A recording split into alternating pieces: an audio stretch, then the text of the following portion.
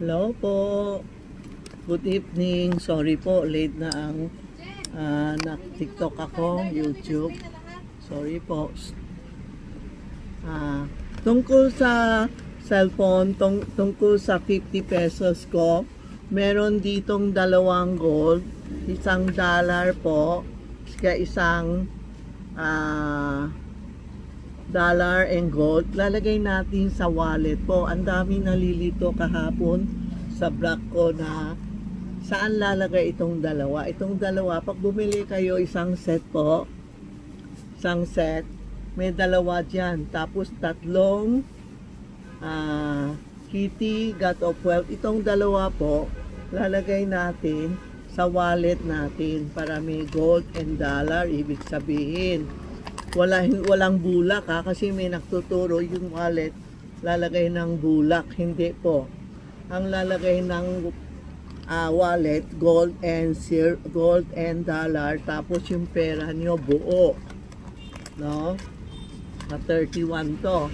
Tapos itong tatlo naman, nakikita mo, isang God of Wealth, isang Holo, isang Kitty, lalagay sa cellphone natin. Saan ba yun? Dali sa cellphone po, ganito. Kitty, 50 pesos. Tapos itong tatlo, ito ang original na 50 pesos sa si Tita Maxi na create last year. Ito po ang Kitty, 50 pesos. Marami nagtanong yung 50 pesos, tuloy ba? Tutuloy ba o gagamit nila? Pag andito na sa cellphone nyo, huwag nyo na igamit, huwag nyo igastos.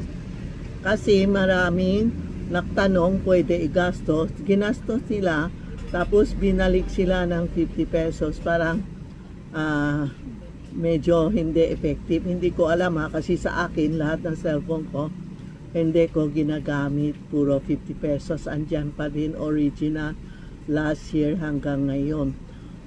Kung pwede lang hindi kayo gagamit ng pera as is pa para sortehin. Ang daming nagtatanong why 50 para ibig sabihin palagi tayo may hawak na pera sa cellphone natin. Okay po? Tandaan nyo, pag ng cellphone natin may pera po, parang everyday may hawak tayo pera. Ang transaction natin pumapasok dito sa cellphone, palaging may pera po. Kasi meron na sinasabi na dinagay niya 50 pesos tapos nawala law ang cellphone niya, pati yung 50 pesos. Hindi kasalanan ng cellphone. Hindi din kasalanan ko. Careless lang kayo kaya nawala ang cellphone nyo. No? Yung 50 pesos, sorry po kasi careless kayo kaya yung cellphone nyo nawala. Huwag mo sisihin kami. Tapos sinasabi nyo na mamalas kayo. Paano? Nawala ang cellphone nyo. Ingat lang po. Ang mamamahal ang cellphone. Ingat tayo sa cellphone natin po, ha?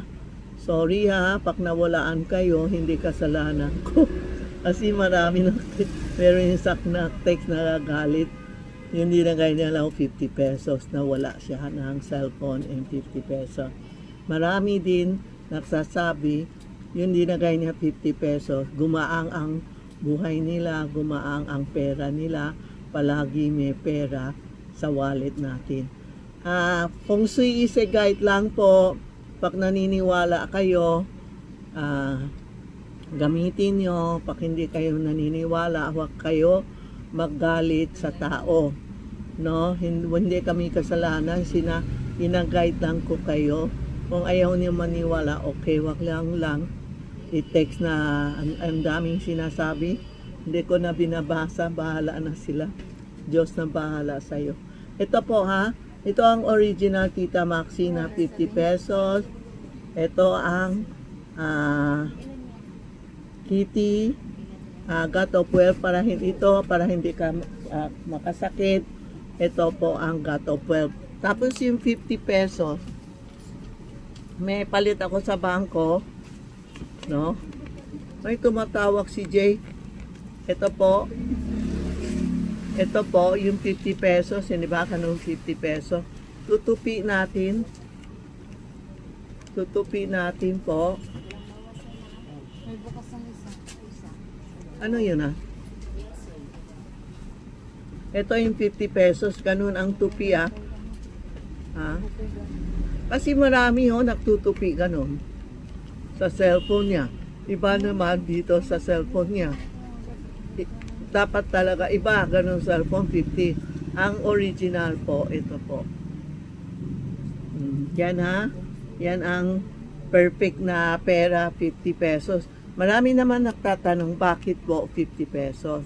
Kasi dati talaga ang pau, red envelope, lalagay sa cellphone. Alam mo naman cellphone natin may malipis, may makapal, hindi makapasok. Tapos yung binuksan ko yung kaha ko, nakita ko 50 pesos. Sabi ko, ay ito, kaya ng mga tao 50 pesos, kaya natin. Kaya dinagay ko dito. Yan, original na okay. Baka Santiago nagtulong sa akin, tinuro ako para lahat tayo